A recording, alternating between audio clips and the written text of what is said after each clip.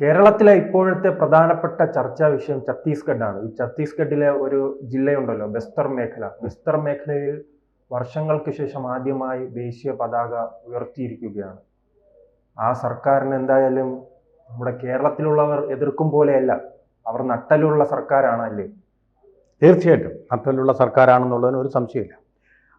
അതുപോലെ ശ്രീജിത്തെ, ഇന്ത്യയിലെ 2 സ്ഥലങ്ങളിലാണ് ഇന്ത്യയോടൊപ്പം സ്വാതന്ത്ര്യ ദിനത്തിൽ ദേശീയ പതാക ഉയർത്താൻ വിസമ്മതിച്ചിരുന്നത്. ഒന്ന് ജമ്മു കാശ്മീരിലെ ലാൽ ചൗക്ക്. അവിടെ ലാൽ കൃഷ്ണ അദ്വാനിയുടെ അല്ല, മുരളി മനോഹർ ജോഷിയുടെ കാലത്ത്, അദ്ദേഹം പാർട്ടി പ്രസിഡൻ്റായിരുന്ന കാലത്ത് BJPയുടെ നേരെ അദ്ദേഹം പോയി ലാൽ ചൗക്കിൽ ഭീകരത കൊടി കുത്തി വാണിരുന്ന സമയത്ത് ലാൽ ചൗക്കിൽ പോയിട്ട് അദ്ദേഹം ദേശീയ പതാക ഉയർത്തി. ആദ്യമായിട്ട് അദ്ദേഹമാണ് ഉയർത്തുന്നത്. നെഹ്റുവിൻ്റെ കാലം തൊട്ട് ഇന്ന് വരെ ഇന്ദിരാഗാന്ധിയുടെ കാലത്തും കഴിയാതിരുന്ന കാര്യം സാധിച്ചത് മുരളി മനോഹർ ജോഷി എന്ന് പറയുന്ന BJP നേതാവാണ്. വലിയ ഭീഷണികളുണ്ടായിരുന്നു അദ്ദേഹത്തിൻ്റെ ജീവന്. അതുപോലെ ഇന്നും ഈ 1940കളിൽ നക്സൽ പ്രസ്ഥാനം അല്ലെങ്കിൽ മാവോവാദി പ്രസ്ഥാനം ഇന്ത്യയിൽ ശക്തമായതിനെ തുടർന്ന് പതാക ഉയർത്താൻ സമ്മതിക്കാത്ത മറ്റൊരു പ്രദേശമാണ് തീവ്രവാദ പ്രദേശം. അന്ന് മധ്യപ്രദേശിലായിരുന്ന ഇപ്പോഴത്തെ ഛത്തീസ്ഗഡിലുള്ള ബസ്തർ എന്ന് പറയുന്ന ജില്ല. ഒരു ഗവൺമെൻറ് ഓഫീസ് പോലും പ്രവർത്തിക്കുന്നില്ല അവിടെ. പ്രവർത്തിക്കാൻ അവർ സമ്മതിപ്പിക്കില്ല. പോലീസുകാർ, നമ്മളൊരു സിനിമയിൽ കണ്ടതാണ്, മമ്മൂട്ടി പോലീസുകാരനായിട്ടുള്ളൊരു സിനിമയിൽ. അവിടെ പോകുമ്പോഴുള്ള കഷ്ടതകൾ, ഏത് നിമിഷവും മൈൻ പൊട്ടാം, വെള്ളം കുടിക്കാൻ പോലും സൗകര്യമില്ല. മരത്തിൻ്റെ മുകളിലുമൊക്കെ നക്സലൈറ്റുകളുടെ ചാരന്മാരിങ്ങനെ കാവലിരിക്കുകയാണ്. ഇവരെ എങ്ങനെ നശിപ്പിക്കാം? പോകുന്ന വഴി മുഴുവൻ മൈനുകൾ. ഇങ്ങനൊരു സ്ഥലത്തേക്ക് ഒരു തെരഞ്ഞെടുപ്പ് ഡ്യൂട്ടിക്ക് വേണ്ടിയിട്ട് ഈ പോലീസുകാർ പോയതിൻ്റെ കഷ്ടതകൾ വിവരിക്കുന്ന ഒരു സിനിമയുടെ പേര് മറന്നു, പേരല്ല പ്രശ്നം. അത്രമാത്രം ആളുകൾ ഭയക്കുന്നു, ഗവൺമെൻറ് തന്നെ ഭയക്കുന്ന ഒരു ജില്ലയാണ്. ആ ജില്ലയിലാണ് ഈ നാരായൺപുരം ഉള്ളത്. അവിടെ നിന്നാണ് ഈ കന്യാസ്ത്രീകൾ 2 ആദിവാസി സ്ത്രീകളെ കൊണ്ടുപോയപ്പോൾ, അതുകൊണ്ടാണ് അത്ര പ്രശ്നബാധിത പ്രദേശമായതുകൊണ്ടാണ് ആ പ്രശ്നങ്ങളെല്ലാം ഉണ്ടായത്. കാരണം അതാണ്, നമ്മൾ ഈ കാര്യങ്ങൾ അറിയാതെ. അതെ അതെ, മൈനുകൾ ധാരാളമുള്ള, അത് ജീവൻ്റെയും സ്വത്തിൻ്റെയും സംരക്ഷണം എന്ന് പറഞ്ഞാൽ സംസ്ഥാന ഗവൺമെൻറ്റിൻ്റെ ചുമതലയാണ്. എന്തെങ്കിലും സംഭവിച്ചിരുന്നെങ്കിൽ അതും സംസ്ഥാന ഗവൺമെൻറ്റിനെ അല്ലേ അവർ ചാരിമായിരുന്നുള്ളൂ. അപ്പോൾ അങ്ങനെ ഒരു സ്ഥലത്ത് നമുക്ക് ഏവർക്കും 140 കോടി ഇന്ത്യക്കാർക്കും രോമാഞ്ചമേകിക്കൊണ്ട് ആദ്യമായിട്ട് ഇക്കുറി ദേശീയ പതാക ഉയർന്നിരിക്കുന്നു. ദേശീയ പതാക ഉയർത്തിയിരിക്കുന്നു. കാരണം ആ സംസ്ഥാനം ഇന്ന് ഭരിക്കുന്നത് BJPയാണ്. അതാണ് കാര്യം. BJP അവിടുത്തെ മാവോവാദം, ഭീകരതാവാദം ഒരിക്കലും അവസാനിക്കില്ല എന്ന് കരുതുന്ന ഭീകരവാദം. ചമ്പൽ താഴ്വരയിലെ കൊള്ള സംഘങ്ങൾ എന്നതുപോലെ ഭീകരർ പ്രവർത്തിച്ചിരുന്ന ആ സ്ഥലത്ത് പതാക ഉയർത്തിയിരിക്കുന്നു. ഒരു ഭീഷണിയും ഇല്ലാതെ ഒരു നക്സലൈറ്റിന് പോലും തടയാൻ കഴിയാത്തതുപോലെ. അങ്ങനെ ഇത് അടുത്ത വർഷത്തോടു കൂടി നക്സൽ തീവ്രവാദം ഇന്ത്യയിൽ നിന്ന് എല്ലാം ഇതാവാൻ പോവുകയാണ്. ജമ്മു കാശ്മീരിൽ ഇപ്പോൾ ലാൽ ചൗക്കിൽ പതാക ഉയർത്തുക എന്ന് പറയുന്നത് വാർത്തയേ അല്ല, കാരണം അതൊരു പതിവായി കഴിഞ്ഞിരിക്കുന്നു. മുരളി മനോഹർ ജോഷി അവിടെ പതാക ഉയർത്തിയതിന് ശേഷം പിന്നെ BJP അവിടെ ഈ പ്രത്യേക അവകാശം, പ്രത്യേക സംസ്ഥാന പദവി എടുത്തു കളഞ്ഞതിന് ശേഷം അതൊരു പ്രശ്നമേ അല്ലാതെ വന്നിരിക്കുന്നു.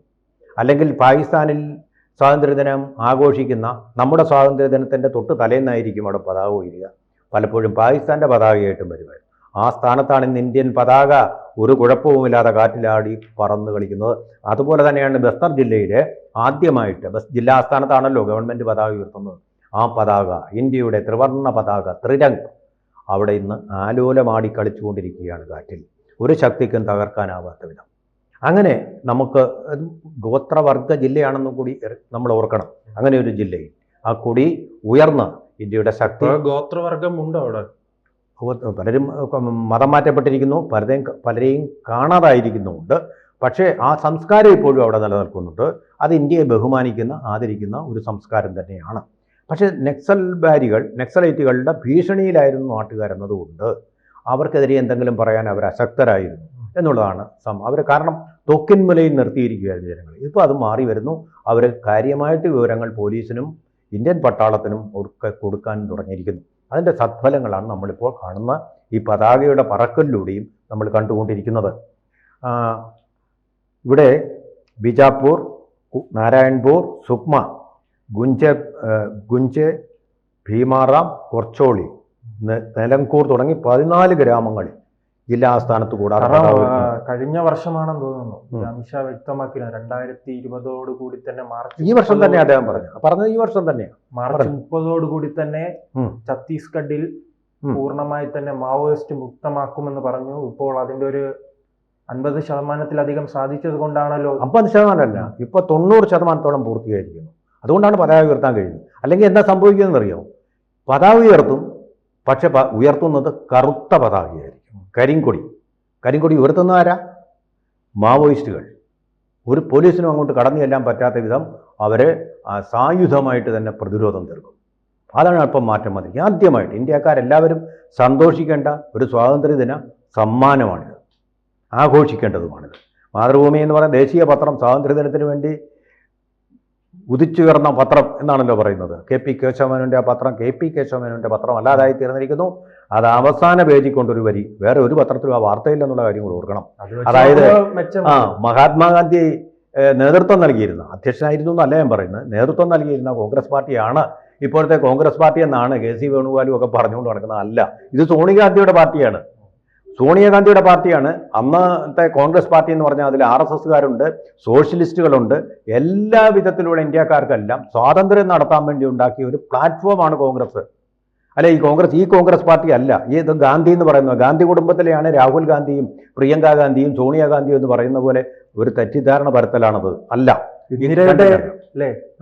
ഇന്ദിരാഗാന്ധിയുടെ ഇന്ത്യയിൽ ബസ്തർ എന്ന ഒരു ജില്ലയിൽ പതാക ഉയർത്താൻ അവസാന ഘട്ടത്തിൽ നരേന്ദ്രമോദി തന്നെ വരേണ്ടി വന്നു. നരേന്ദ്രമോദി വന്നപ്പോഴേ പതാക ഉയർത്താൻ കഴിഞ്ഞിട്ടുള്ളൂ. അത്രമാത്രം വീക്കായിരുന്നു ഇതിനു മുമ്പുള്ള ഗവൺമെന്റുകൾ എന്നാണ് അത് ദ്യോതിപ്പിക്കുന്നത്. ഇപ്പം അവിടെ പ്രതിരോധത്തിലായിരിക്കുകയാണ് നക്സലൈറ്റുകൾ. പ്രദേശത്ത് പോലീസ് ഒട്ടേറെ ക്യാമ്പുകൾ ഇപ്പൊ തുറന്നു. അത് മുന്നറിയിപ്പ് നൽകിയിട്ടുണ്ട്. ഒന്നെങ്കിൽ മാവോയിസ്റ്റുകൾ കീഴടങ്ങുക, അല്ലെങ്കിൽ കൊല്ലപ്പെടുക. അത് മാത്രമാണ് 2 ഓപ്ഷൻസേ ഉള്ളൂ. മാവോവാദി ആക്രമണ ഭീഷണി ഇപ്പോഴും നിലനിൽക്കുന്നുണ്ട്. സുരക്ഷ കർശനമാക്കിയത്, ഈ സുരക്ഷയെ മറികടക്കാനോ ഒരു അനിഷ്ട സംഭവം ഉണ്ടാക്കാനോ ശക്തി ഇന്ന് മാവോയിസ്റ്റുകൾക്ക് അവരുടെ അതാണല്ലേ ഈ കേന്ദ്ര സർക്കാർ വന്നതിന് ശേഷമുള്ള ഏറ്റവും പ്രധാനപ്പെട്ട ഗുണം. രാജ്യത്തിനകത്തും പുറത്തും കൃത്യമായി തന്നെ ക്രമസമാധാനം പാലിക്കാനുള്ള ഒരു ശ്രമം നടത്തുന്നുണ്ട്. അതിർത്തി പ്രദേശങ്ങളിൽ കൃത്യമായ സുരക്ഷ ഒരുക്കുന്നു.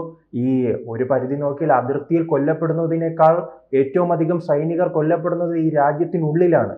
പ്രത്യേകിച്ച് ഈ ബസ്തർ മേഖലയിലും അതോടൊപ്പം തന്നെ മാവോയിസ്റ്റുകൾ തിങ്ങിപ്പാർക്കുന്ന മേഖലയിലാണ് ഏറ്റവും കൂടുതൽ ഏറ്റുമുട്ടലിൽ സൈനികർ കൊല്ലപ്പെടുന്നത്.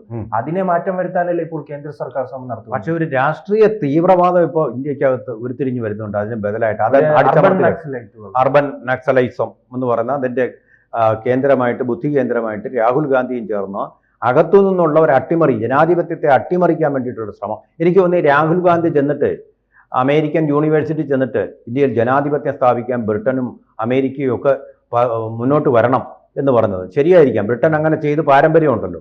കേരളത്തിലെ ഇടതുപക്ഷ ഗവൺമെൻറ് വന്നപ്പോൾ അമേരിക്കയിലെ CIA ഇടപെട്ടു. അതുപോലെ ബ്രിട്ടൻ്റെ ചാരസംഘടനകളുടെ M15-ഉം MI6-ഉം, M1 അല്ല MI5-ഉം MI6-ഉം ഇടപെട്ടിരുന്നു എന്നുള്ള വാർത്തകൾ ഇപ്പോൾ പുറത്തു വരുന്നുണ്ട്. അപ്പോൾ അതുപോലെ ജനാധിപത്യം സ്ഥാപിക്കാൻ വേണ്ടിയായിരിക്കും അദ്ദേഹം ഉദ്ദേശിക്കുന്നത്, അട്ടിമറിക്കുക. ഈ കേരളത്തിൽ നിന്നുള്ള ആൾക്കാരെ ക്ഷണിച്ചു വരുത്തി അവർക്ക് ചാപ്പാടും കൊടുത്ത് പണവും കൊടുത്തിട്ട് എങ്ങനെ അട്ടിമറിക്കാമെന്ന് പഠിപ്പിച്ചു കൊടുത്തു ബ്രിട്ടനിലെ ചാരസംഘടനകൾ 2 MI5 MI6. അതുപോലെ പാട്രിക് മോനിഹാൻ എന്ന് പറയുന്ന ഇന്ത്യയിലെ അമേരിക്കൻ അംബാസഡർ പറഞ്ഞതാണ് EMS ഗവൺമെൻറ്റിനെ അട്ടിമറിക്കാൻ വേണ്ടിയിട്ട് CIA കേരളത്തിലുള്ളവർക്ക് പണം കൊടുത്തു വന്നു. വ്യക്തമായിട്ട് നമ്മളാരും പറഞ്ഞതല്ല. അദ്ദേഹം അതിനെക്കുറിച്ച് പുസ്തകം എഴുതിയിട്ടുണ്ട്. പുസ്തകം വായിക്കാൻ പറ്റും. അദ്ദേഹം പറഞ്ഞിരിക്കുന്ന രാഷ്ട്രീയ യാഥാർത്ഥ്യങ്ങൾ നമുക്ക് ബോധ്യപ്പെടുത്താം. എന്ന് പറയുന്നത് പോലെ ഇപ്പോൾ ജോർജ് സൊറോസിൻ്റെ ഡീപ്പ് സ്റ്റേറ്റിൻ്റെ ആളായിട്ട് ഇപ്പോൾ രാഹുൽ ഗാന്ധിയും ഈ ഇതിനകത്ത് ഒരു തരം ആർക്കോ വേണ്ടി നടത്തുന്ന ഒരു ചാരപ്രവർത്തനം നടത്തുന്നുണ്ട്. അതിന് കൈയടിക്കാനും ഇപ്പോൾ അതിന് കൈയടിക്കുന്ന പത്രമായിട്ട് ഇപ്പോൾ ദേശീയ സ്വാതന്ത്ര്യത്തിന് വേണ്ടി പോരാടാൻ വേണ്ടി തയ്യാറാക്കിയ മാതൃഭൂമി ദിനപത്രം തയ്യാറാകുന്നുണ്ട്.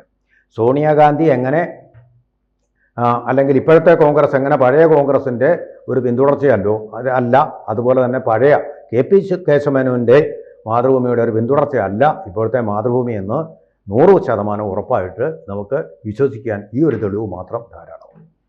കൂടുതൽ വാർത്തകളും വിശേഷങ്ങളും നിങ്ങളിലേക്ക് എത്താൻ ABC മലയാളം സബ്സ്ക്രൈബ് ചെയ്യുക, ബെൽ ബട്ടണും അമർത്തുക.